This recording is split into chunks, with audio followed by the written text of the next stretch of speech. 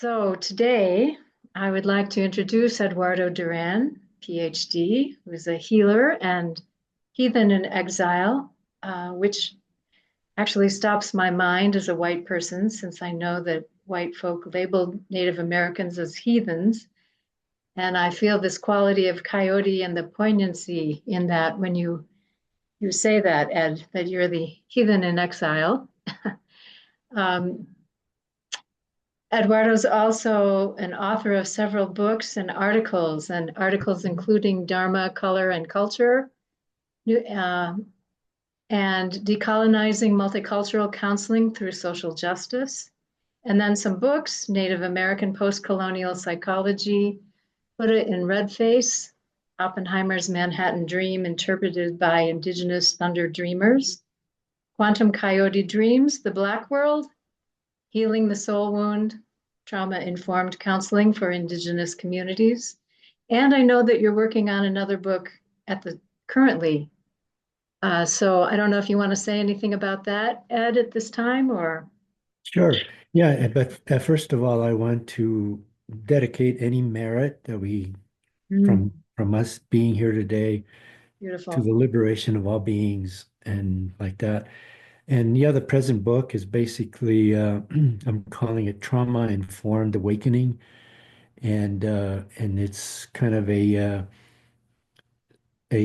text directed at BIPOC Sangha because of some of the obstacles that we find ourselves and other people have told me they've found themselves in the majority Sangha and in trying to let teachers know in the Buddhist world that we need to attend to trauma because to just ask somebody to sit there and clear their mind when their sympathetic nervous system is in high gear is not helping anything. It actually makes it worse and makes people feel like they're bad meditators and that sort of thing. And actually using my own process a lot in there, describing how I've managed to start calming my sympathetic nervous system, and that's helped me in gaining concentration. Mm. And then the second part of the book is going to be this interview, which I think is also something that I need to get out there for whatever reason. And I never thought I'd be writing anything else, but in the last year, it's just happened all by itself. So just like all the other writings happen all by themselves, and I never really intended to do any of it. So yeah, thanks. Okay, thank you so much. I look forward to seeing this book completed. I also want to introduce another person who's present for this interview, Korean American Sun Kim, who's currently a master's student at Naropa University in the transpersonal psychology concentration. And she may also have some questions for Dr. Duran as well as myself. And I wanted to thank you so much, Ed, for starting with dedicating the merit for all beings. Hopefully, the intention is that this interview will bring some benefit somehow, somewhere to beings. So I thank you for your generosity in sitting in this interview with us. And even though you've written several books, so people can really experience your heart and your wisdom through the written word, there's also something really sacred, I think, about listening to you via the oral transmission mode. And this sacredness also has an element of humor, which doesn't come through in a book as much. Yeah. Uh, and this is such a way that I know you teach. I love that too. And it's not so often that people on Turtle Island can hear about the original people before and after colonization. So that's another reason why I wanted to dialogue with you in this way. And I think that to begin this interview, I'd like to start with some questions regarding your book, Buddha in Red Face, which you say is a historical novel. And for me, it magically conjures the Native American wisdom and Buddhist spirituality. And I was looking at your book the other day and seeing that one reviewer actually said that your book was nothing less than healing the nuclear age. I thought that was Wow, I hadn't seen that. yeah. So I'm saying to our listeners who will be listening to this at some point, please find your way to this book and any of the books because they are well worth it. So maybe for starters, in your book, Buddha in Red Face, you talk about the indigenous thunder dreamers, and I'm wondering who are they, and will you say more about them? Yeah, and Thunder Dreamers is kind of a way of dreaming that goes beyond the regular dream, and and it goes beyond the archetype, and it's a dream that comes from the elemental sources themselves, and it kind of compresses space and time to where then the future, the past, and all that can come together. And for example, one of the Thunder Dreamers was Wovoka, who, dream, vision, whatever you want to call it. He saw the ghost dance and all of that. And this is also consistent across the ocean. Milarepa's teacher himself had a big dream that he was going to be his teacher. And where did that come from? Because, again, it was a thunder dream. And and there's also the notion that there are thunder beings, there are actual beings that come in through the thunder Hmm. and reveal things to us. And so there are people that are closer to that way of being able to live. They've, for whatever reason, their karma, their lives, how they live their lives, they have access to those energies. And they don't have to go to sleep necessarily to have the dream. They can dream while awake. So it becomes more of that kind of a shamanic traveling into the dream time. And then they can bring the information that's needed to change a culture, to save the world, to whatever it is that they're doing. And the only thing is that we have to be careful in the interpretation of the dream, because a lot of times the dream is interpreted as a historical event and not as a spiritual event. And a lot of times that can lead to a lot of difficulties. And for example, Wovoka's dream, he interpreted it as a historical event, and a lot of negative things happen, including like the Wounded Knee massacre, Mm. which was at the tail end of that, where people were ghost dancing with the intent that they were going to get rid of the white people and bring back the buffalo and this and that, while in reality it was a spiritually transforming dream and Wow. vision. And Mm. so again, we have to be careful how we look at these things, and use discriminating wisdom, because everything has a shadow to it, including the thunder dream. Uh-huh. Uh-huh. Wow, really appreciating that so much. Thank you. Yeah, it makes me think about Black Elk actually, and um, how it seems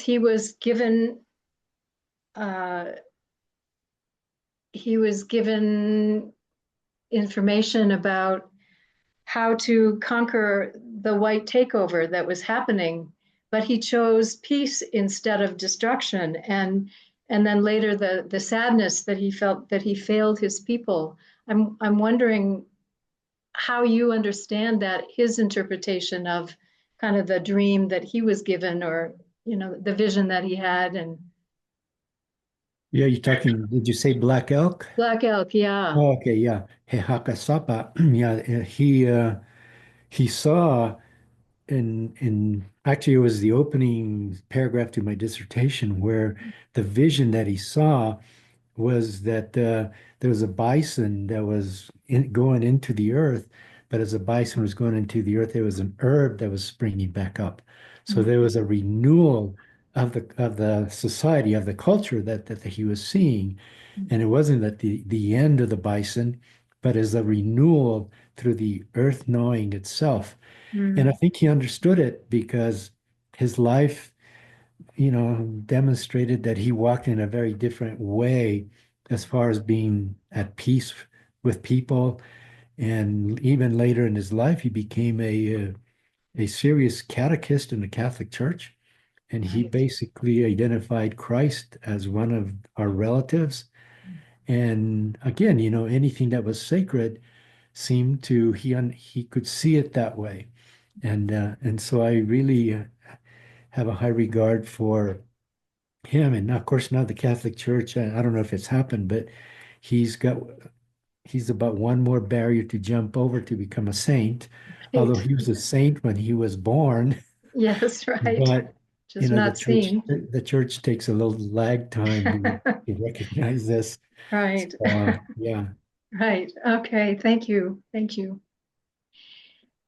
Um, so at one point in Buddha and Red Face, you talk about that you weren't at first aware of the cave of evil dreamers when you wrote the first edition of this book over 20 years ago.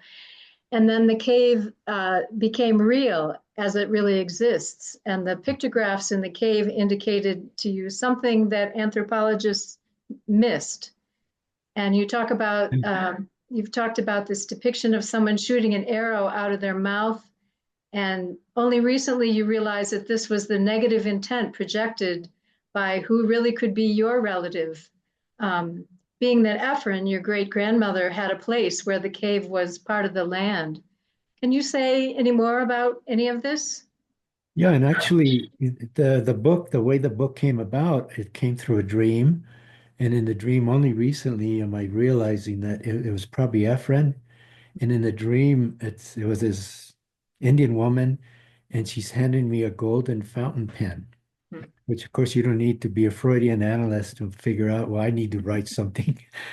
And I told the dream to my friend Harvey, and he says, don't go anywhere. In a couple hours, he came over to the house and he gave me a fountain pen. So I'm working at a hospital in Gallup and I'm taking progress notes with this pen. And then someone says, no, that's not what this pen is for. And so then I said, I'll write you a paragraph to the old woman. I mean, I didn't know that was Ephron. And so I wrote a paragraph and then they just kept going. And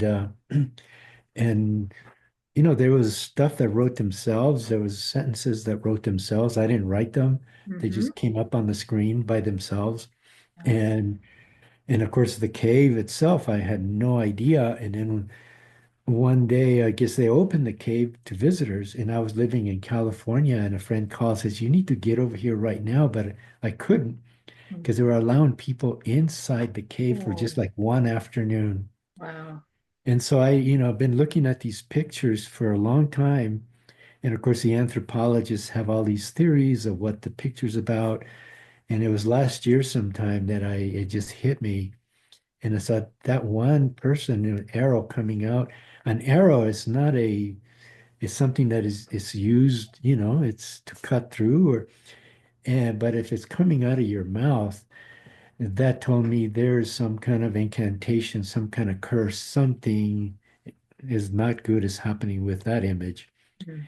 And and I feel that I really understood it for the first time. And it was a very eerie feeling to even know or even see that image and to even think the possibility that there could be a lineage. And of course, in Buddha and Red Face, that's what it's about. It's about bringing in negative medicine and contaminating the earth.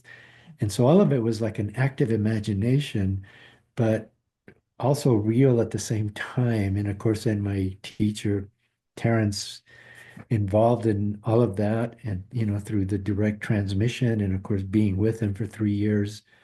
And so it's been a really interesting, but also a frightening process to know that again, like you say in Buddhism, every act can really start a forest fire.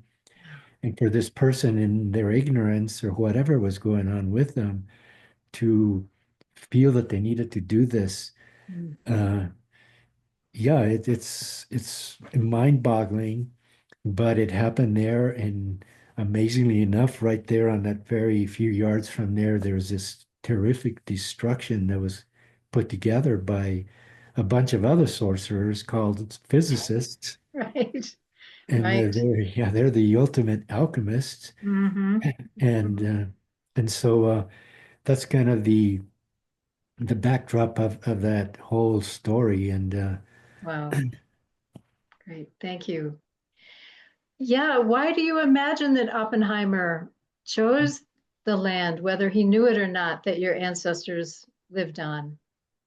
Well, I really think, and I've studied Oppenheimer, I read his 800-page biography Huh? and all that, Uh-huh. and I really get the feeling that Oppenheimer knew something beyond mathematics because the experts say he really wasn't that good at math. I mean, he Okay. was good at it a much, but he wasn't as good as some of the other people working there. So Uh-huh. why was he chosen to pick the Right. land? So, Right. General Groves, and I Right. think they looked at a place over by the Pecos and no, no good. And so then they came over to Los Alamos, and it was an instant connection. And an interesting thing about this is that the traditional native name for Los Alamos, and there's a ski resort still named this, Sipapu, which means energy source. Ah, uh-huh. So forever it's been known that it's a source of energy there. And I think that when, he smoked a lot, so he's using Right. tobacco. Right. Yeah. So as he's smoking his tobacco and he's walking on that land, he's making an unconscious or conscious offering. Ah, interesting. He Yeah. either knew or didn't. He probably didn't know that he was using the tobacco in that way, but I Mm. think that the earth responded to him and so Mm. allowed for this energy then to be looked Wow. into. And Wow. Yeah. so Sipapu is still you can go skiing at a place called that right there in Los Alamos now. And a lot of people don't know this means that there's a source of energy here. And, Mm. it's been known forever by the people there. And of course, there was a huge volcanic explosion which created what's called the caldera, the big cauldron, which is Los Alamos, because it's a huge kind of hole in the earth up in the mountains, which provided protection and security also. Mm-hmm. Okay. Sun, do you have any questions at this point? I want to just invite you if you have anything. Thanks. No, I'm actually really listening with rapt attention. Okay. There's a lot of things that it's saying right now that's connecting some dots, but they're Uh-huh. still sort of like, not totally connected. So I think I'm just Yeah. forming. Okay. Yeah, thank you. Yeah. Okay. Yeah. Thank you. So, Ed, you made a comment once to me, to a group of us, about how folks in North America spend a lot of time seeking teachings in Asia when there was a Buddha and wisdom and teachings right here on Turtle Island. Why do you think that was missed?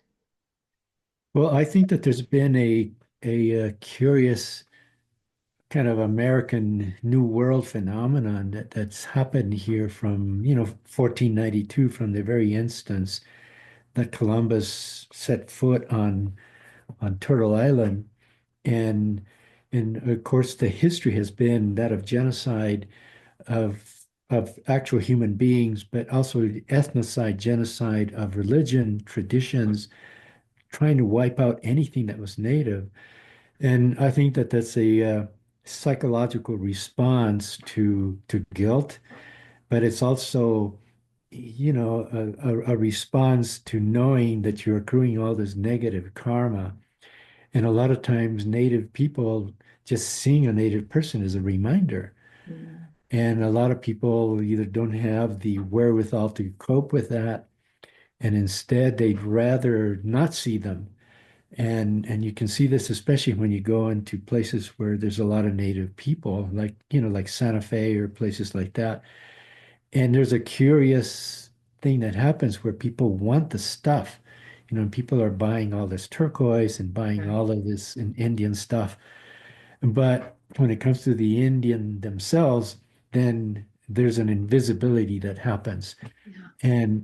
And to me, that's a really sad thing, especially when we juxtapose that on, like the Buddhist movement, that had been, as I call it, yet another missionary movement coming to Turtle Island Mm, of another sort of spiritual tradition that has come here. But most of that tradition has neglected native wisdom. mm, And for instance, Black Elk and other people, Terrence, there's been some pretty awakened folks here on Turtle Island. And I think one of the other reasons why there's been neglect is because of the oral tradition. Mm, A lot of Native people didn't write stuff in books. It was passed on word of mouth, just like the stuff Terrence told me. If I didn't remember it, I mean, it would all be lost. right, And right. so there's that. But I really think, especially in the Buddhist community, I think that the people in charge of Buddhism on Turtle Island really, really need to take some steps towards remedying that because I Mm, think it's possible. All you got to do is go make the offerings mhm, and acknowledge and maybe ask for a little forgiveness mhm, for mhm. stepping on your Yeah. ways and bringing in a whole new way of which is it's a good way, but the way it was brought in is it Yeah. just didn't merge with the earth consciousness here. And Mhm. I think that's where Brother Chogun Trungpa, in his talk says we need you talking to people. He says you need to. I don't know who he's talking to. You all need to invent a new American Buddhism. Mhm. And he knew about earth energies and stuff like that. So I got the feeling that he knew that's where it needed to go. Mhm. But a lot of times I can see him struggling to Mhm. trying to make it make sense to the audience he's talking to. And Right. it's like, boy, that poor brother, in 1970s, he's really struggling to make sense to all these new Buddhists. And Right. he says it every which way to eventually sometimes he'll say something really ridiculous. Mhm. And yesterday I even saw a picture of him flipping somebody off on the state on his chair with Mhm. a big smile. And so I really think that, and again, Christianity, other religions that have come have have done the same thing. Mm, And so a lot of Native people have adopted to some of those religions, but now there's a really revival of languages and spiritual traditions that are of this earth. And I think if we just use a little bit of mindfulness, we can make the teachings of the Buddha, which have all been written down, to bring those in harmony with oral tradition that's already here. yeah. Like the Sundance where you went to. I Right. mean, it's all happening. Yeah. That tantra is there, it's Right. real, and Right. and, Right. and to be able to, and actually there have been some Zen monks who've come to Sundance and they've stood on a hill and they've chanted for the whole 4 days, Whoa. Uh-huh. trying to bring that into the mix. Wow. And I Interesting. really think that if more of that were to happen, Mm, then we would have the American Buddhism, for lack of mm. calling it anything else, Wow. where it would be really acknowledging the earth energies Yeah. that are here. Uh-huh. And, and so that's kind of how I think it will happen. I don't know if it'll happen and I'll see it with these eyes. Uh-huh. I think it's in process. And just the fact that Naropa asked me to go and do this talk back in May, and well, you did, Mhm. it's part of that. And Yeah. yeah, Yeah, that's beautiful. I love this idea of the bringing together of different traditions, same traditions, of course. And I also am just so appreciative that you've written what you've written. You've put it down in black and white, yeah, so that the oral tradition, which is so important, doesn't get lost. So thank you so much for doing that. yeah. Um, Yeah, and today I actually decided to bring them together in these objects, uh-huh, I uh-huh. mean, which this Dorje was gifted to me recently for some reason, and it's really old, they told me. And of Hmm. course, we have the shamanic soul catcher here. And so I thought, having these together, again, there's energy that flows Yeah. from physical objects in our world. And I think that by doing things like this, kind of ceremonialize it, Hmm. then because these relatives know each other, Hmm. from before consciousness, but Mm, it's when they emerge into the plant world and our ego, yeah. then we need to make sense of it and bring wisdom to it and then use them in a positive way. And so this morning because I hadn't hardly even touched these things and it was given to me. And this morning I said, I need to have that. And it's sitting right here in the room the whole time. But Uh-huh. anyway, That's great. So what does the soul catcher do? I mean, how does say more about that?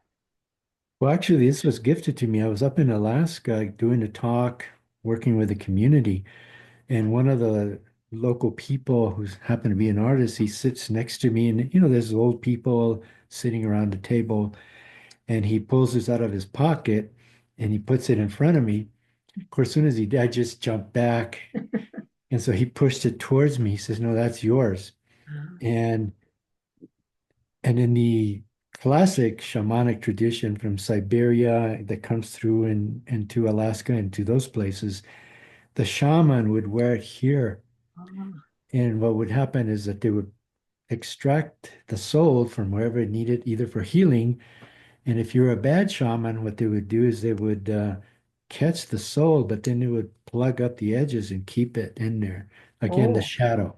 oh, yeah. And so there's always good shamans, there's not so good shamans, and then there's really ignorant shamans, right? And Wow. so I've when I was doing therapy, I would use it sometimes to kind of put people back in themselves. Yeah. And Hmm.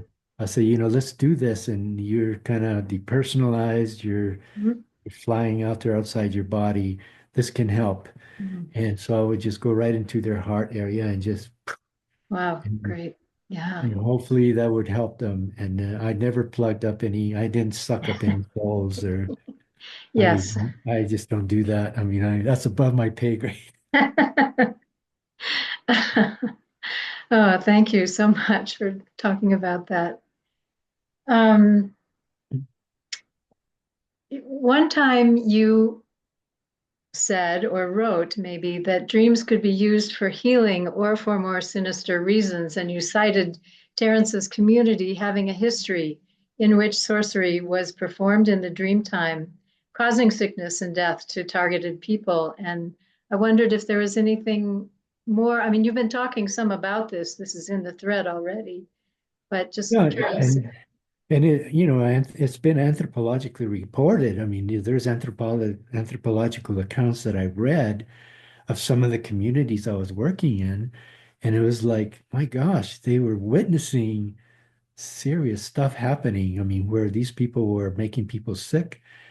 And I'll never forget the day that I learned the word in Terrence's language for these bad people. And I went and, of course, he can't move. He's laying down. And I said, do you know anything about, and I said the word.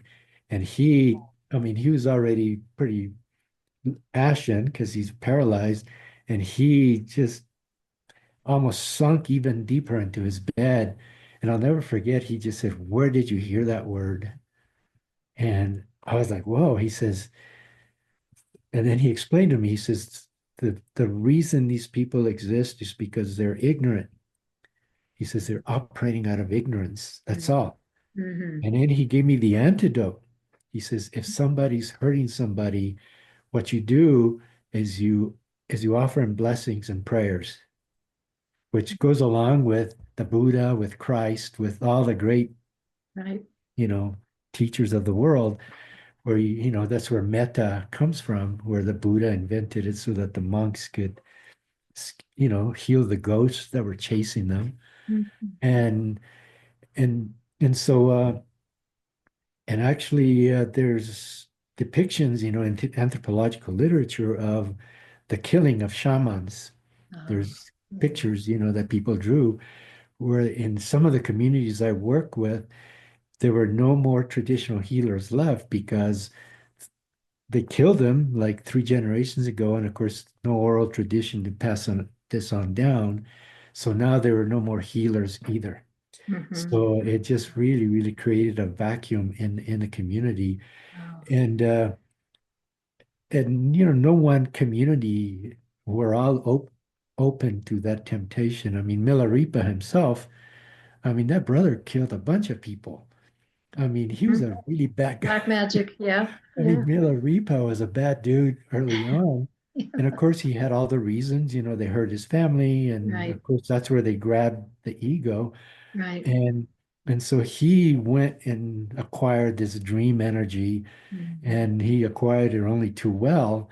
And Mhm. so again, I think even Margaret Mead said something to the effect that this isn't just a subjective reality. She said this actually happens. Mm. Mhm. And then I've worked with traditional healers in in a therapeutic context where I witnessed actually native people coming and giving an offering, not for healing, but for, I want you to make that person sick. Mm.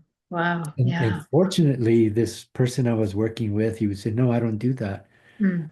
We only do healing here. We do not hurt people. There's enough suffering already. Mm. But to have people have that intent Yeah. to come and hurt people, I mean, it was just mind-boggling. Of Mhm. course, my own personal paternal grandfather was involved in that sort of thing, and that's why we were excommunicated from that community, and Mm. we are no longer part of it. We Oh, can't even identify as that because, wow.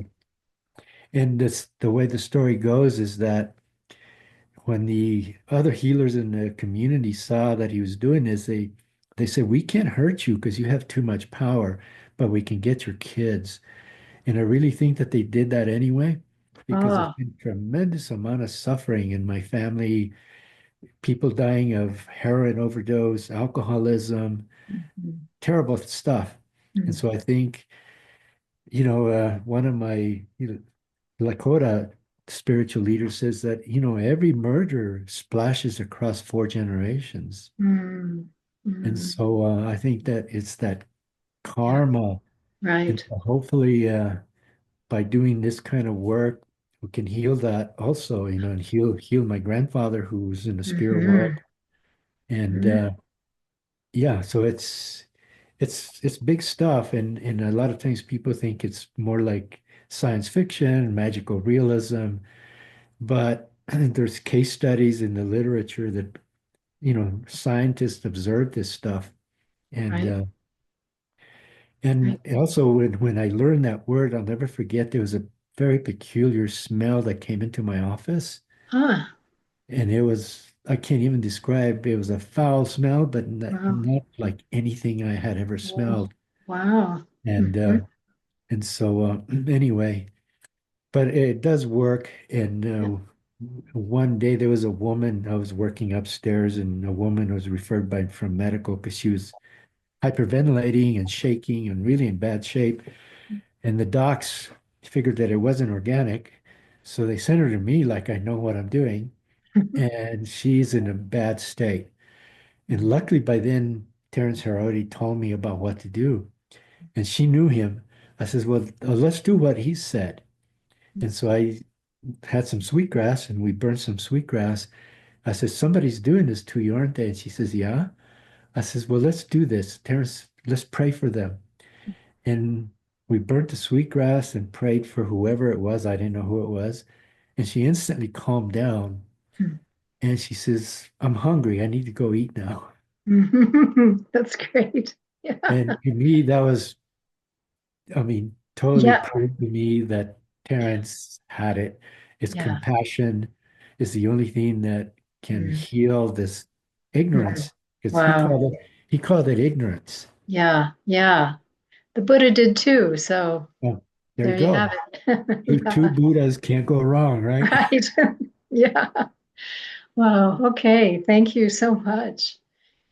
Um, I was thinking about um, what in your book your root teacher, Terrence, said to you, have you ever seen the colors? Oh, And I wondered if you've become clearer about what that means or what he might have meant for you or how you make sense of it now. well, first of all, when he asked me that question, I mean, that was only like the 10th or 11th I mean, like the 10th words he ever said to me in his life. I mean, the very first thing he said to me was, "Don't think that way. There's other realities." And I'm like, "What?" Then he asked me about the colors. And as soon as he said, "You want me to show them to you?" I almost blacked out. I almost lost consciousness. Mhm. And I just ran out of his little shack and I didn't ever want to see him ever again because I was totally freaked out. And there's no reason to be freaked out because it's a simple question, right? Wow. And and recently, I mean, it was when I was writing Quantum Coyote, and I was supposed to be doing a talk to a bunch of researchers, social science researchers, that I thought maybe I can talk about this color situation to them because they're scientists. And I was redoing the script, and then somebody says, "No, don't do that. Tell them straight." Mhm. And basically, the idea that came through that is that the colors are actual energies that emerge from the void, from wherever not even nothing exists. And as these energies come out of the void, however they come out, Mhm. then they develop a particular spin as they come across the landscape of what I call the dream time. And as they're moving through the dream time and moving closer to plant world consciousness, to ego consciousness, Mhm. that's where the colors finally become colors, but they're not colors before they're in our awareness. Mhm. And so he was talking to primordial creation. I mean, I don't know how else to say it. Yeah. And and he knew what he was talking about, and that's why my ego was in no place to even begin to assimilate 1 ounce of that. And I almost just passed out, and I had to hold myself up because I was really going down. Mhm. And so I really think that the colors have to do with that creative process that comes from the elemental forms, Mhm. air, earth, fire, water, and space. Right. And then, of course, as they move into the dream time and they start taking shape, then they also take on contraction and expansion, Mhm. which is, I guess, in the Chinese tradition would be yin and yang, where expansion could be considered masculine and contraction could be considered feminine within that tradition, but they still Mhm. don't have any masculine or feminine until Mhm. we Right. in the ego world say, "Oh, yeah, it's masculine and feminine," but they're not anything really. Yeah. Yeah. So Yeah. it's just for our own understanding, I guess, that we attach labels. Right. And like Chogyam Trungpa said in one of his talks, it's the the label doesn't add anything to the experience. It Right. just removes you from it. You're right. Yes. And of course, the phenomenologists are saying the same thing. Yeah. But yeah, yesterday I was watching one of his talks, and he said that, and I said, "Of course, it Mhm. moves you from the direct experience." Right. And it took like over 30 years for me to even start cracking that koan because I had no idea until recently. Oh my gosh. I mean, and it made me respect Terrence even more because he actually knew all this stuff. Yeah. And Yeah. here, the whole time I was with him, I thought he was just this old Indian dude that was just, just visiting. And he was Right. telling me stuff that I didn't know what he was talking about. Right. But Right. he actually knew the deeper Yeah. part of reality. And the very first thing he said, I think, encapsulated all of it. There are other realities. And of course, the Buddha himself went into different realms, I think 30 of them from what I know. And so Terrence knew about those. And of course, Richard Muskamp, great grandfather, also went through several of those realms before he came into a human body. Uh-huh. And so we have a lot of parallels between the Buddha and Yep. the American Buddhas and Native American Buddhas here. Mhm. And uh, and Wow. and that's why I'm really glad that we have this conversation because once we put it into the air, then the air goes everywhere. And Uh-huh. hopefully we'll raise that consciousness of other Buddhas that are in our midst right now, but we don't know them. Yeah. And I've been blessed enough to know at least one, because I really think Terrence Mhm. was pretty much there. Uh-huh. And And I'll never forget when I took the Dr. Beerley character that's in the book, and she's real. She still lives in Santa Fe. Mm, She's in her 90s. And I took her over because I wanted him to check her out because she was wanting to talk to me.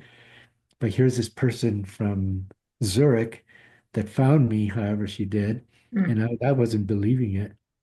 And so I took her, and so we sit there in the little room.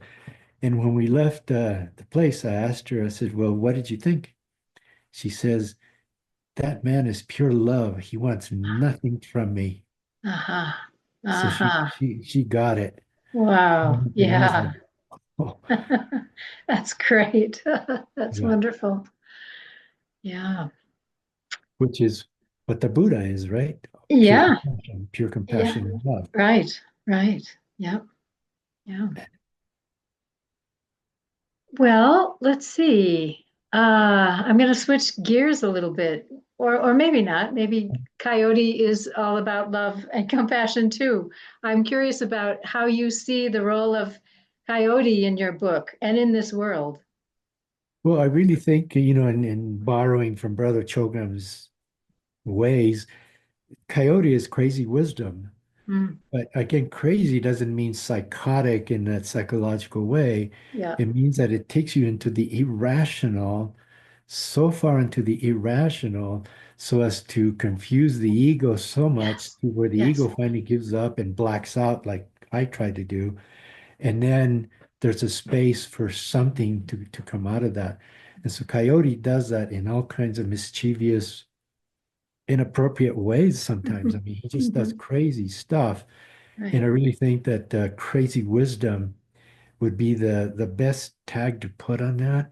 Mhm. And I can see it in the different lineages, and I can see it in most of my native teachers that I've had. They use crazy wisdom to to move you into the next phase. Mm, And I mean, and you witnessed it at Sundance where on the third day the clowns come out. right. Yeah. Well, anybody that's there for the first time is say, well, this is not right. You can't have people running around in Mickey Mouse costumes in this ceremony. Playing with water and Yeah, making all the sun dancers yeah, wish they could have some water. yeah. And so, but it just goes completely against the rational Right. judgment that we have of the situation. Yeah. And I think that in the like in the Tibetan tradition, I think that that was used a lot also, especially reading stories about Milarepa, Mhm. who himself was a prime coyote. I Mm. think he was like the ultimate coyote, Yeah. an enlightened coyote. That nothing's worse than that. As far as the ego is concerned, that's the worst thing that can happen to the ego. Uh-huh. So I think crazy wisdom, but not in a psychotic way, but in Right. an irrational, ego confusing way that Yeah. is what's needed. Yeah. That's great. Thank you. Yeah, my teacher used to say it's not wisdom going crazy, it's craziness going wise. Yeah, yeah. Yeah. So thank you. So anything arising for you at this point? Just want to check in. Oh, a lot of things are actually arising. Uh-huh. Um, and I'm just trying to make sense of it. I think that, when we're talking about the sorcerers that were doing evil, in a way, in my cosmology, my understanding of that is basically these are people who come into this world, or beings that come into this world, and there's a lot of different reasons for that type of, behavior and action.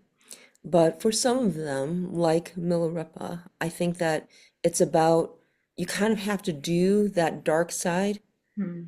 and go all the way, Mm. develop your skills incredibly, and then you got to make that hard route all the way back. Mm. And that's when you kind of have the fullness of the picture.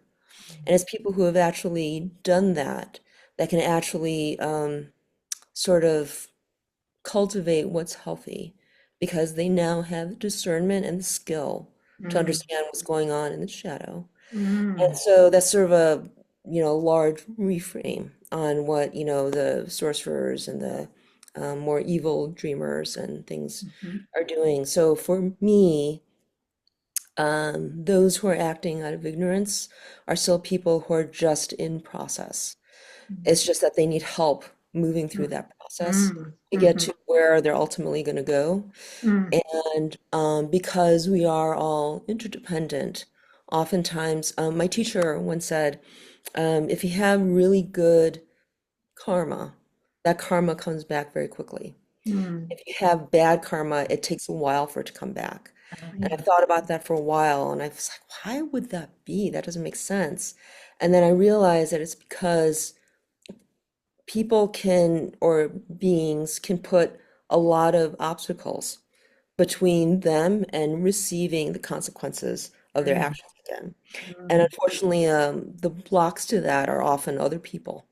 So mm, it's other people that take on the consequences mhm. for those people who are doing those actions, which in a larger scale, it's valuable too, but on another scale, of course, on another level, Yeah. it's just a lot of injustice. Yeah. And I think that's where the whole, indigenous viewpoint comes in, because the reality is that if you have a lot of ignorance, the point is not to increase your ignorance to avoid the pain. It means you have to go, so the more ignorance you have, the more skill you need, the more awareness you need, the more Mm, everything, compassion, everything.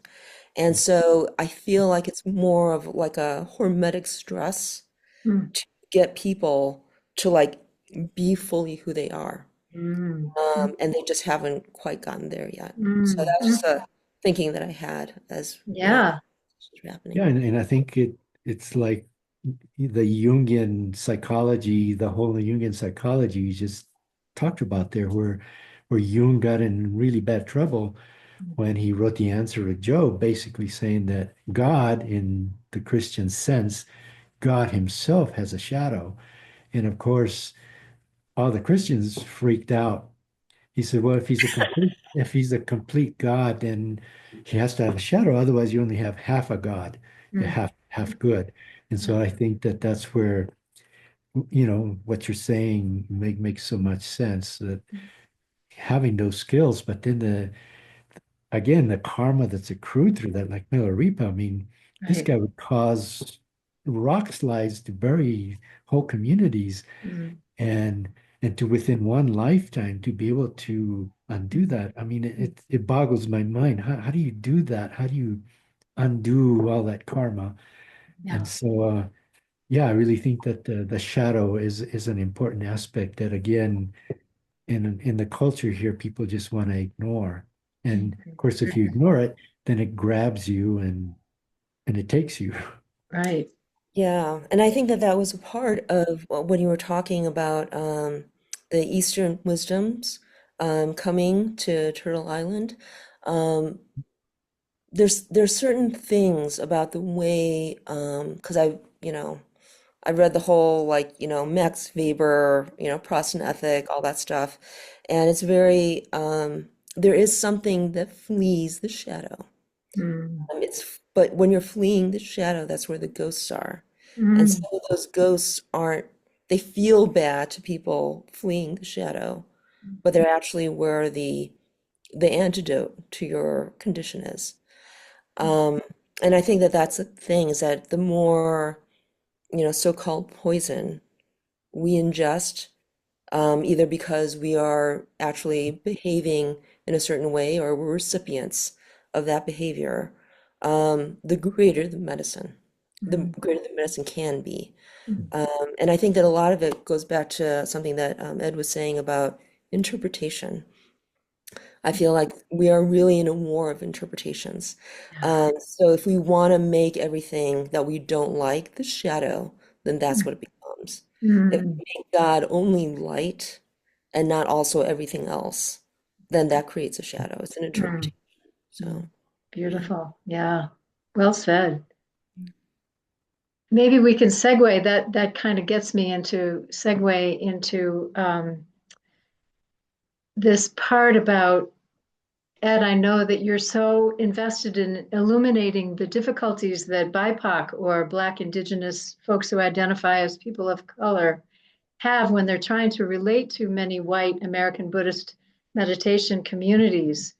So these next questions are going to point to some of that difficulty, and maybe you have some words to say to people, words of advice, maybe. So I think the first question I'm thinking about is, how have you seen the shadow aspect of North American culture being projected onto BIPOC folks?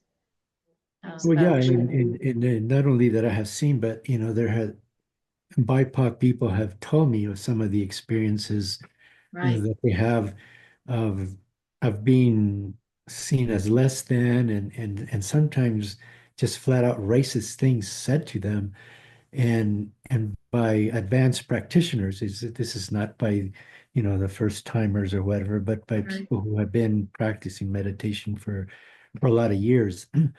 And so when I first went into exile about 3 years ago, uh, the people that are calling me to meet with them would be BIPOC Sangha.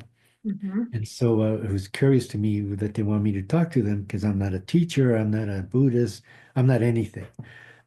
But I would meet with them anyway, and they seemed to be so grateful to just being acknowledged and validated for their experiences. It was like finally somebody's not going to just tell me I need to sit more, because Mm-hmm. that's been one of the mantras Right, from right. some of these teachers when a student comes up and tries to bring up some of the racism or some of what they're feeling. Well, that's just a mind state. You need to sit more. And of course, they go and sit more, but then it happens again. And of course, now they're feeling like bad yogis, bad meditators, because I just am sitting a lot and I can't undo this. And no Mm-hmm. responsibility is taken on the other side. Instead, there's more projections of, which white fragility, however it's projected, goes onto and eventually the practitioner might just decide that this is not for them, and which is really a sad thing for that to happen. And so it's been, and of course I would encourage them. I mean, I always tell people, you need to write this stuff and write your own book and write your own dharma, interpret it your way, and then you can become the teacher. But after 2 or 3 years, I mean, nobody was picking it up. And I'm like, I guess I'll do it then. At least I'll start it. And Mm-hmm. that's where, the invitation to Naropa. And then after listening to the talk, I thought, I can probably use this as a springboard. And right now, the Dharma people up in Canada, BIPOC Dharma, they are very grateful and are actually editing it. And they're just basically jumping with joy. They're saying, Mm-hmm. this is really what we need in our Dharma. And so that's where, I've taken it upon myself to do that because I mean, I've been doing that within the Native community in psychology. So it's kind of second nature for me to be able to do that. And and so as I'm writing it, though, a couple of times I'm like, boy, this is a bit harsh. Do I need to really say this? But so far, I'm just leaving it in there because I really think that that's, again, Brother Chogan, wrathful compassion. Mm-hmm. If it's real compassion, then you can't be codependent. You got to just say the stuff. Yeah, And of course, then offering ways to heal this also. So it's right. not, because 30 years ago in my angry days, I would have just said a bunch of terrible things and walked away. And now I don't need to accrue any more of that karma. So I'm trying to be nice about it and compassionate because I see that if we don't do this, I mean, if we don't get this right in the very near future, we're not going to be here. Right. And so Yeah. it's a really urgent thing that needs to happen here. And so I'm grateful that the mystery is allowing me to be a part of it, Mm-hmm. and and hopefully I get to see what happens with it. So we'll see. Mm-hmm. Mm-hmm. Yeah, I'm so glad you are jumping in there wanting to help. And I'm so glad you have a BIPOC Sangha in Canada that's also supporting and telling you what they experience. So Yeah, and it's also the BIPOC Sangha in Canada is part of the Zen Sangha in New York. Oh, So I was actually invited after I did a few talks to the BIPOC. Then the general Sangha, the Zen people with the costumes and the smoke, they asked me to do a talk to them. And I was like, oh my gosh, can I talk to these people? Because they're like the real deal. I mean, they're yeah. like chanting and they have all Uh-huh. the robes, and I'm just me. But I did a talk, and their main guy was there, and so he was part of the audience. And so, we just discussed it, and it seemed like it went okay with them too. So, Mhm. Great. Yeah, when it comes to having genuine conversations, it seems like there are these obstacles that come up, and I want to discuss this a bit with you. Because what I often see is this a blockage of the intellect and the heart, or the heart, that occurs in myself, and I'm speaking as a white woman right now. So I'm been looking at white racial development and how that gets unpacked and in the way. But so I have students, white students, who really want to have a genuine relationship with a Black, Indigenous person of color, whomever it is, but these obstacles kind of come up. And so if there's a willingness on both parts, both sides, to make relationship that's genuine, um, how, yeah, let's see, what's the question? Um, well, first of all, I think as a white person, I need to do my own work so that I don't cause a lot more trauma of colonization with potential friends of color. Uh, but when I'm thinking about this, I'm thinking in stages, and I know stages don't go in neat little boxes. But when I think about Janet Helms in particular, she talks about the first stage of white racial development, which marks that racial and cultural differences are unimportant and that white folks don't perceive themselves as in the dominant subgroup. And so here again, we have a lot of ignoring and erasure happening, or I can speak for myself and what I've seen. And so it seems like the work of a white person is needing to become aware of these biases and ignorance and beginning to see how white colonization has had really serious impacts and harmful impacts on other cultures and racial groups. And I'm wondering, in that stage of a white person's development, can you give any suggestions to a person of color who also wants to make a relationship but sees the white person as, oh, wow, there's so much ignorance going on here, so much erasure? How can a person of color take care of themselves when they genuinely want to make relationship, but they see what is happening in the relationship well, with the other especially person? like in the Sangha, I mean, that becomes real treacherous because now you have the transference to the teacher because the Right, teacher is seen as knowing right, and right, enlightened and they know stuff. And then right. when the teacher says something that hits you wrong, then you Yeah, think there's something wrong with you because again, right. it's like in child abuse, it's Mhm, the mhm. child never blames the parent and only blames themselves Right. for that. And so I think that needing to start like with the teachers to Mhm. have the discriminating wisdom to know where your student is at. Like Yeah, if a student is just a beginner, yeah. don't tell them to go sit more. Right, That's right, that's an easy one. That's an easy call.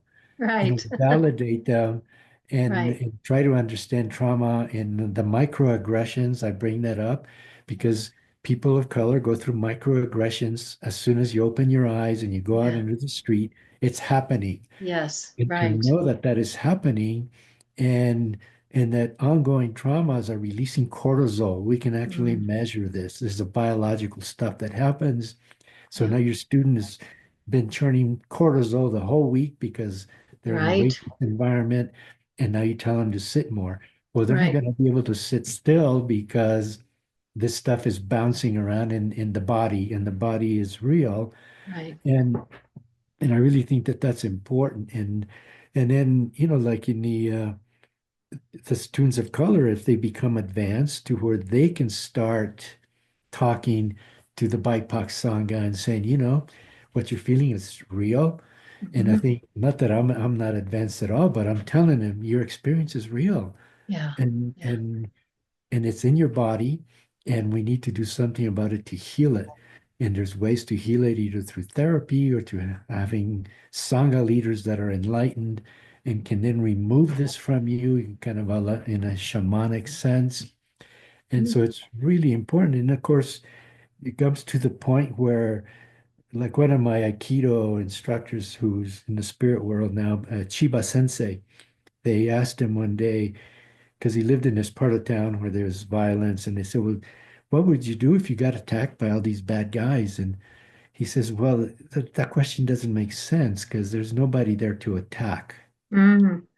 So once the student gets to that point, well, okay, now Yeah. that student's got it. Now that student can relate to you, even to the white fragility, they can relate to any of it. So Yeah. you can just be who you are, and you can be racist if you want. You're not going to hurt them. Yeah. But you have to know, and again, the Buddha was the master of knowing where the audience was at. And he would use vernacular language that they would understand. Mm. He wouldn't Hmm. use complicated sutras, Right. Yeah. especially talk to the dullard, which is my favorite, the dullard, the monk that couldn't understand anything. Right. Yeah. I got enlightened anyway. And Hmm. so to know where the student is at and then to own your stuff, your shadow, Hmm. and to go all the way into it, all Hmm. the way into your ancestry, and and then make peace with the ancestors and then be able to bring it. But that's a heavy lift to ask of anybody. And but I'm asking, and Yeah. anyway, of all the Dharma teachers that Yeah. Yeah. I mean, how did your privilege come to you? I Right. mean, if I Right. have to deal with my sorcerer ancestors, I mean, theirs is an easy lift. I mean, Yeah. and I'm trying the best I can to do that. So, like Richard Muskamp told me one time, he said, I'm not asking you to do anything I haven't had to do. Mm. Hmm. Uh-huh. Wow. That's just, Yeah. and because he was asking me to do some really hard things. Uh-huh. And I Uh-huh. was totally freaked out. And I says, man, bro, he says, no, I'm not asking you to do anything I haven't had to do. So I'm asking of the Dharma world to Right. do what I'm having to do. And I'm still in process of doing it, and Yeah. to acknowledge the ancestors Yeah. and to heal the ancestors. And then when Dharma teacher with ancestors, BIPOC student with ancestors come together, all those ancestors line up, Mm. and now they can actually go towards awakening. Hmm. And that's why I really appreciate the Maori people, because before you even get to talk to the elders, there's these songs that are sang, and then you move Mm. closer, more songs, Mm. closer, more songs, and eventually the elders come in to grab you, and they put your forehead and nose next to yours, and they breathe you in, Oh. because now they've lined up the ancestors and Yeah. their ancestors. So now we're breathing, and that's the definition of compassion, is suffering with, Yes. being Right. with in that breath. And I was fortunate enough to experience that in New Zealand, and it was just an amazing, Mm. amazing thing. Mm. And I think that if we did that in the Dharma, the Buddha world of America, we'd be a huge step into realizing Brother Chogram's dream of an American Buddhism. I mean, Mm. Hmm. and so Hmm. I know I keep bringing him up because his coyoteness just kind of that You that's relate to that the too. Yeah. smile of his is really Yeah. priceless. Yeah. Yeah. Yeah. Right. Sun, is there anything that's arising for you at this time? Yeah, as always, there's a Yeah. lot. Um, Great. I thought so. yeah, I think that it's very difficult, especially in a place like Boulder, where it is predominantly white, for people who are white to have that type of interaction with a person of color. I was just talking about this with my husband, who is white, and we've had to deal with a lot of stuff. And part of it is that, well, one of it is that the person of color has to be strong enough so that they can handle those microaggressions. But, most people, including me, we have a limitation on how much we can take. Because then Sure. we're just like, okay, we just need a break. Right. Um, and I think that's kind of important for people who are white to know, because the Yeah. issue is that people, if you're white, you t- generally speaking, there is a lack of certain types of experiences that Yeah. people of color experience over and over again, Yes. or any marginalized Right. people experience over and Yes. over. And without that experience, it's very hard to relate. Like, what did I do wrong? I just said something. I don't know what I did wrong. Mm-hmm. Um, and the other part of it is that, it's um, it's lovely. I actually enjoy being with all kinds of people. I've been in predominantly white communities for the last 25 years.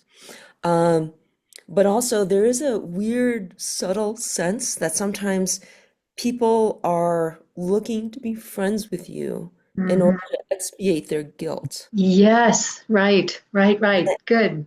Yeah, I'm, and it's that's a not little good, but bit you're right, right, getting at it. right. You're I mean, getting it's at something it. to Yeah. talk about, right? And Yeah.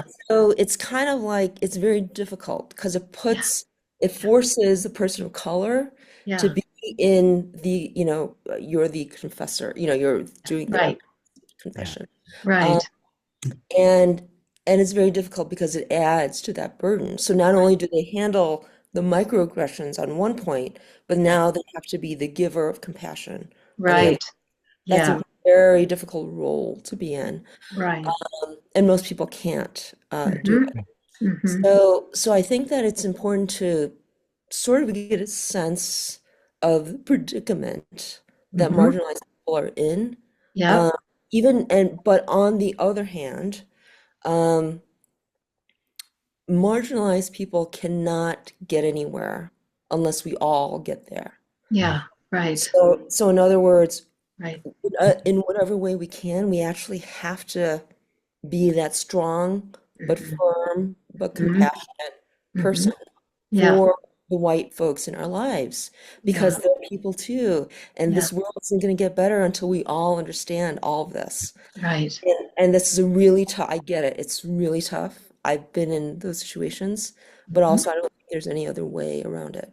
Mm-hmm. Mm-hmm. That's, yeah, so well said. I know in my own experience, in my own journey, there was a lot of cognitive dissonance that first was happening when I started realizing all my biases. Mhm. And then at some point, yeah, I was tapping into this guilt. And often that would come with tears, which then sort of take over and take center stage again and erases the person of color's experience and centers whiteness again. And Mhm. so I just, yeah, I'm really resonating what you're saying with this around the guilt piece.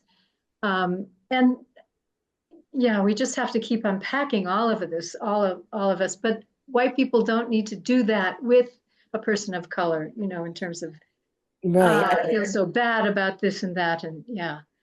I, And Ed, I was wondering in your experience if you could say something about how guilt or moral injury actually inhibits people on the journey to genuine connection. Do you have more that you might say Yeah, about well, that? I think, like what I was saying earlier is that, just the seeing a native person a lot of times brings that essence of guilt, especially if it's, Bozeman, which is 99.9% white.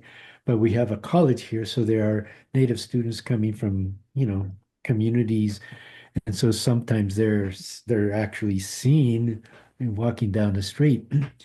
But the history of here as well as the history in Colorado, I mean, Boulder, you just throw stones throw away from the Sand Creek Massacre. Right. And so the people there, they don't want to remember that. And actually, the video you sent was really interesting because the one woman actually in present day went and talked to some of the descendants Mm, of the perpetrators of the massacre, and they got mad at her. They didn't mm, want her to talk yeah, about it, even though it's history, it's been written, it happened, yeah, but they got angry at her for yeah, even reminding them of this. And these were the people in charge of the community. These people supposed to be awake and enlightened mm-hmm, and know how this works, but they just did not want to. yeah, And I think guilt, I mean, is a hard thing to deal with. I mean, it brings up anxiety, it brings up depression, and who wants to do that? So it's a lot easier to then to compartmentalize it and say it never happened. right. But then, as Jung says, it develops a life of its own in the unconscious, and it becomes bigger and it becomes more brutal.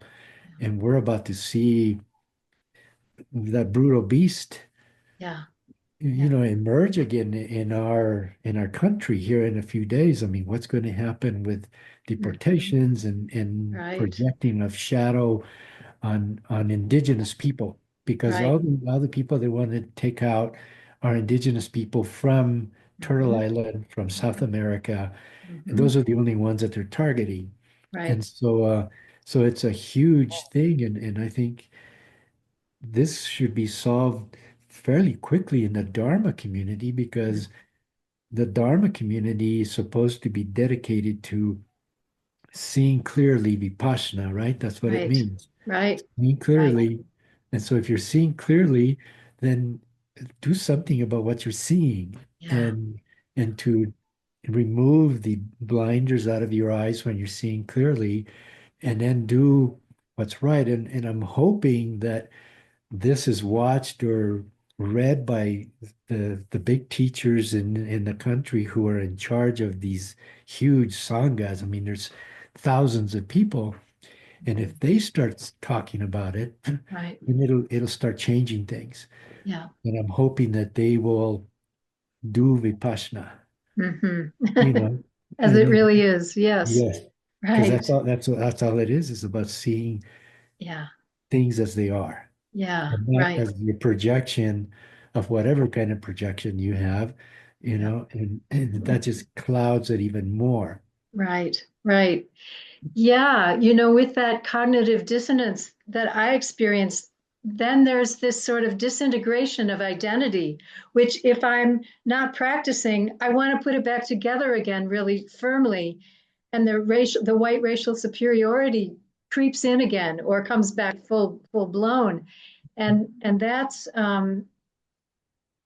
that's a piece that I think we as white people, as teachers, holding have to pay attention to how we're creating space. Yeah. And is it a white space or is it an all-inclusive space? And where are we missing?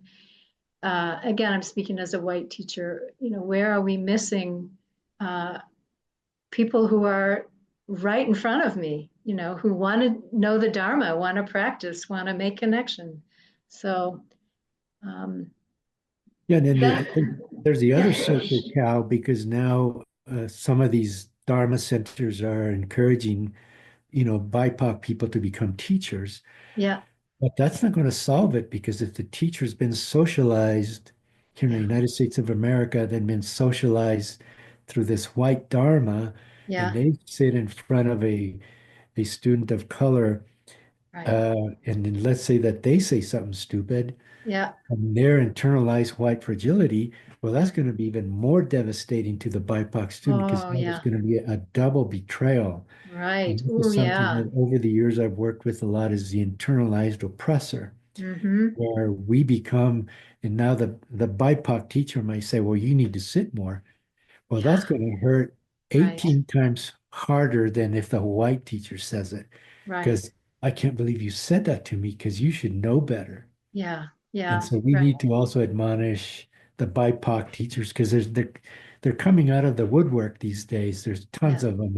yeah, I was just looking at the website from the Spirit Rock, and I don't know, there's at least 50 yeah, BIPOC teachers now happening, yeah, and I don't know who they are, any of that, but I'm yeah, hoping that yeah, they deal with their internalized oppressor. Right, right. There are some great ones that I have witnessed. Angel Kyoto Williams, for one, and Lama Rod Owens, and Bayo Akomolafe. He's not a Dharma teacher, but he's a sparkling being. So there are some who I feel have worked with their internalized depression, Oh, good. that's been put on them. But yeah, I hear what you're saying too, that it would be a double kind of both barrels, if Yeah, a BIPOC teacher said, just go sit. Yeah. yeah. Yeah. Oh, yeah, yeah, yeah. Yeah, son, did you? Yeah, that's just really interesting because I think I'm old enough. My dad was a meditation teacher and a yoga teacher and a taekwondo teacher way before it was cool. Um, Huh. so it was a really interesting experience to sit with teachers who were white, who were teaching in a particular way because there was a certain feel that was different. It Mm, felt different. yeah. Um, and I couldn't figure out what it was. Mm, And the thing is, there we're like systems within systems within systems. And the larger system, and it's so large that most people don't see it, it's just the air that we breathe. yeah. But it is hierarchy. Yes. Yeah. Yeah. We live in a hierarchy. And one of the ways I think might help or mitigate some of this is if the Sangha teachers made it very clear. It's like take what's helpful for you, Hmm. put the rest in a to be determined file or Yeah. throw it away. Yeah. And it's like, in anything that I say, Yeah. same thing, Yeah. and we can talk through it to see maybe this is resistance that you have to work through, or maybe I'm wrong. Hmm. And just to have that kind of thing where it levels out that power dynamic, Yeah. Yeah. um, because I think that's the only way that we can really say what we feel Hmm. without doing harm. Yeah. For a teacher to say what he feels or she feels or they feel Yeah. without actually harming. And Mm, then they can actually instead generate a discussion yeah. where truth is still being figured out. It's not Yeah. like this is it. It's like, Yeah. no, It's a process. Yeah. Yeah. right. Yeah. Wonderful. Yeah. Okay. Well, we're getting into some of the depth of some of the difficulties, with being together on this planet. Yeah. Um, yeah. I mean, it would be wonderful if at some point we come to the place where we can relax into the goodness of all of us and have genuine curiosity about what's going on with each other and ourselves. And then, it's been said that the next Buddha is the Sangha, and Yeah. maybe someday, maybe not, I won't see it, I don't know. Enlightened community where all the colors seem to be operating and dancing and able to radiate in all the different nuances and complexities of diversity and oneness together. So I'd love to see that. Yeah, and that was Black Elk's vision, where all the colors would be around the sacred tree, Oh, yeah. and same with Crazy Horse. Yeah. And so I kind of, when I start feeling despondent, I say, well, I got to hang on with those guys because they saw it and they had the big dream. And if they saw it, it's going to happen. And Yeah. so, and the tree would come back to life. And, Mhm. all the colors will be around the sacred tree where you were around the sacred tree yourself. I mean, and you saw it. Yeah. Yeah. Right. Ah, yeah. Hmm. One time you said, Ed, to me that some of the native people, when they read your book, Buddha and Red Face, they couldn't even keep a copy of it in their homes. And I wondered if you would say more about that.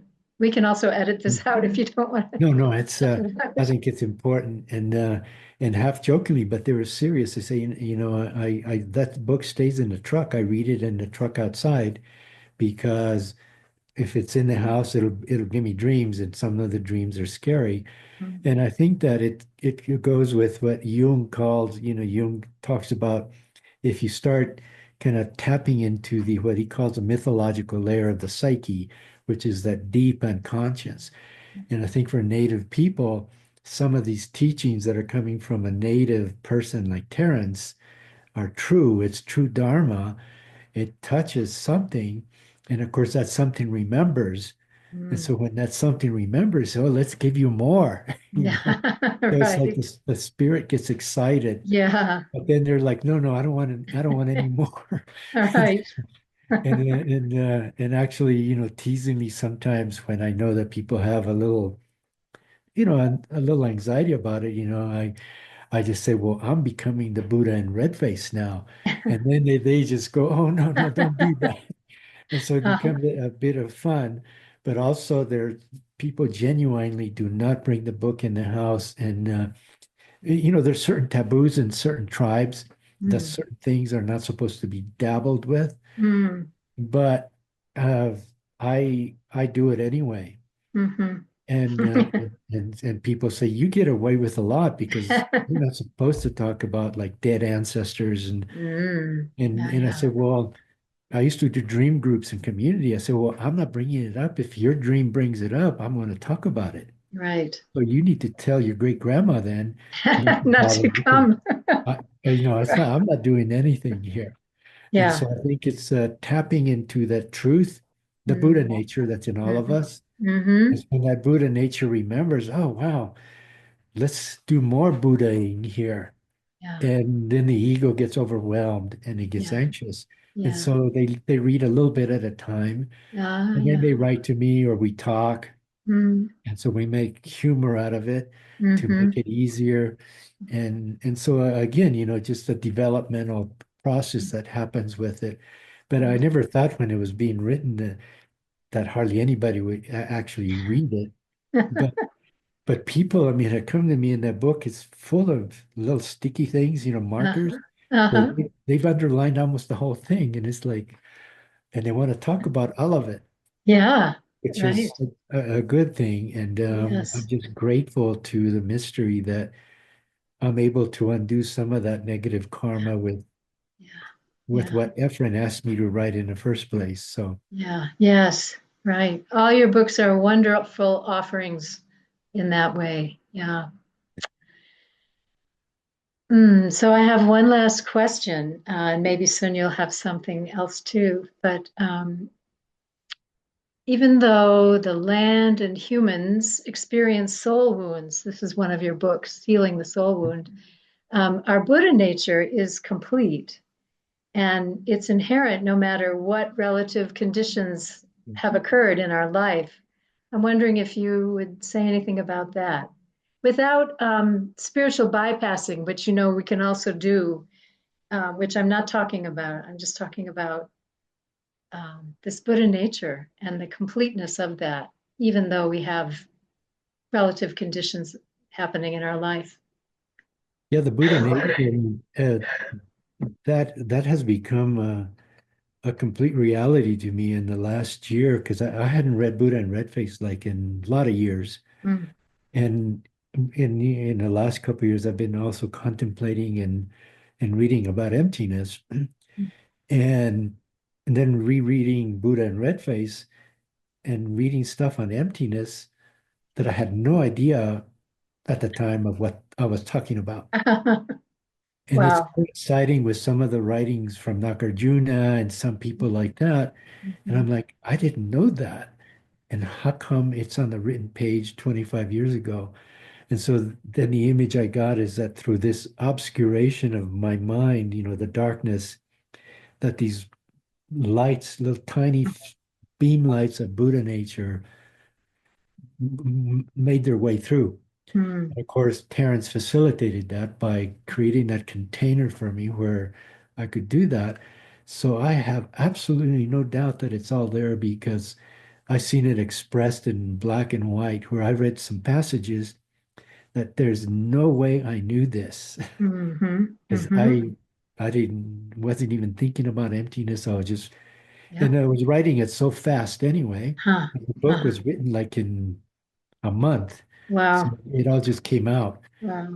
And so just in the last year or so, rereading it, I was really, really, well, when I was dictating it really for the orally transmitted book. Mm-hmm. Saying it out loud is what really got me. It's like, oh my gosh, I just said that, but I Uh-huh. wrote it 25 years ago. Uh-huh. And so Wow. it's I have no doubt. I Yeah. mean that it's there.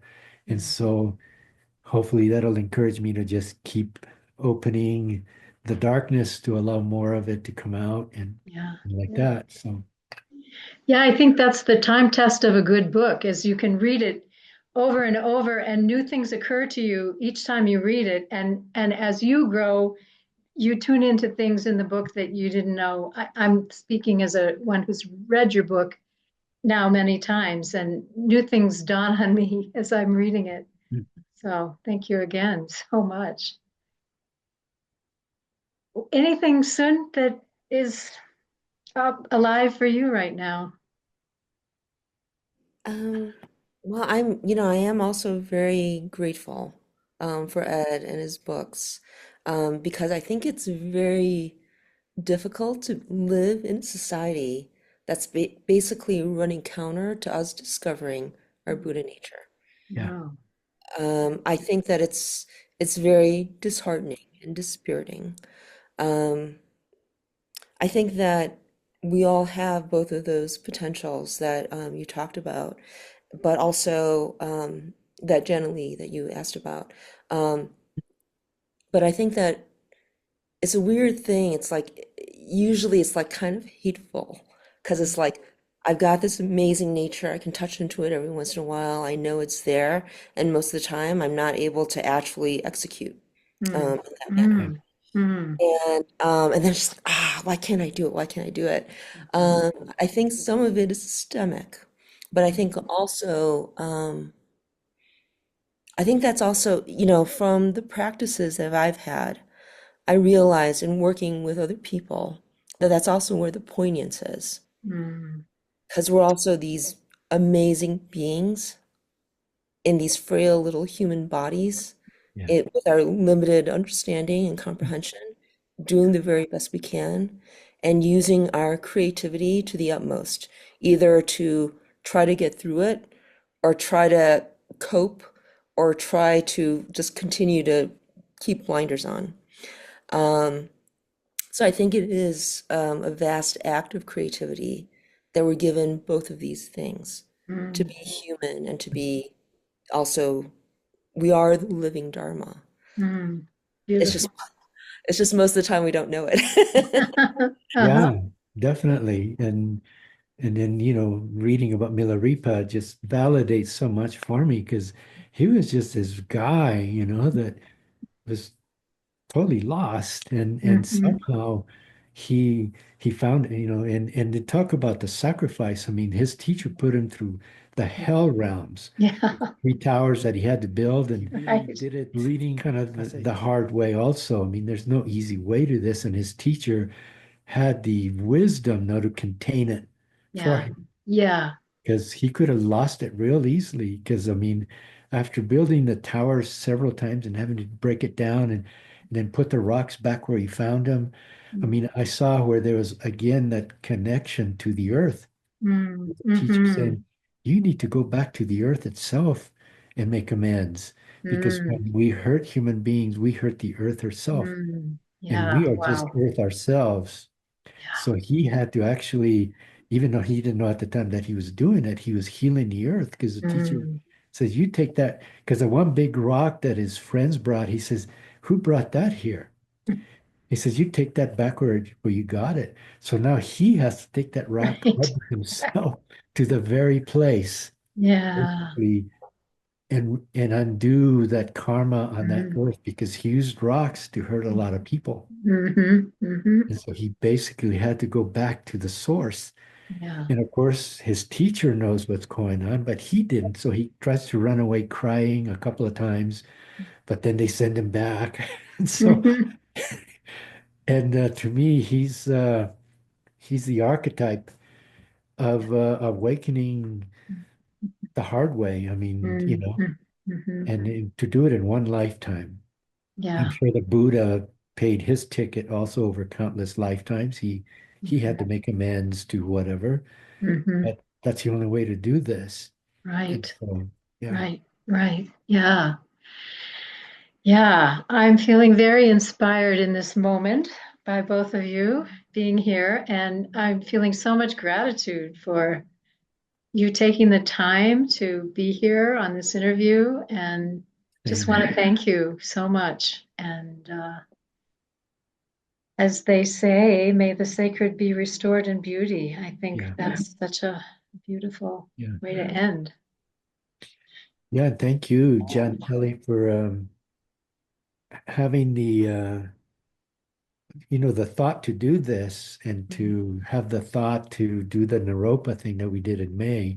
Mhm. So Buddha nature is leading you and thanks for coming to the ceremony in July and standing there in that heat Mhm. and watching the blood flow and all that. Yeah. It was yeah, it was yeah, when I saw you there, I thought, oh my gosh, I hope this isn't over the top. But It was wonderful, yeah, amazing. Yeah, yeah, really and powerful. thank you, son, for contacting me with your dreams and scaring the heck out of me. I was like, whoa, this is not random. Right. This is happening. So Yeah. yeah, Yeah, and Right. thank you both so much. I mean, generally, you have vision Mm, and you have heart, mm, and I appreciate that so much because I don't think this could happen without that space. mm, And Ed, thank you so much for writing those books and making me I'm getting a little teary-eyed thinking about it mhm, mhm. and thinking about all the ways that life puts us together. yeah, Um, Yeah, and we're just playing our roles and seeing what right, happens. right. yeah. And the books came also. I was directed because all through graduate school, I was told I couldn't write. And so one day I was working in Oakland, and there was a women's alcohol program down the street from my clinic. And so I would go there and do talks to the women and talk about the spirit of alcohol, talk about what we're talking about today. And one day the director, after hearing my talk, she pulled me into the kitchen. She's a tall, Blackfeet woman with laser beam eyes. Mhm. And she got really close to me and she says, what you just said in there, you need to write it. And her name's Betty Cooper. She's still alive. She lives in Mm. Montana now, Browning. And I said, Betty, nobody wants to read this, and I don't know how to write anyway. And she got even closer and she just says, you do it anyway. It scared the heck out of me because I thought she'll hurt me if I don't. I mean, she's a very powerful person. She's in her late 80s now, and she's Mm, still doing community stuff. mm, But she's the one that made me do it basically because I wasn't interested in writing because I didn't think I could. mm. Mm. And so Betty Cooper and we were at a gathering a few years ago, and she was sitting in the back, and I told that story, and she was just like, "Yeah, I made him do it." That's great. So I just want to Yeah. put the words in the air and send them off, and Mhm.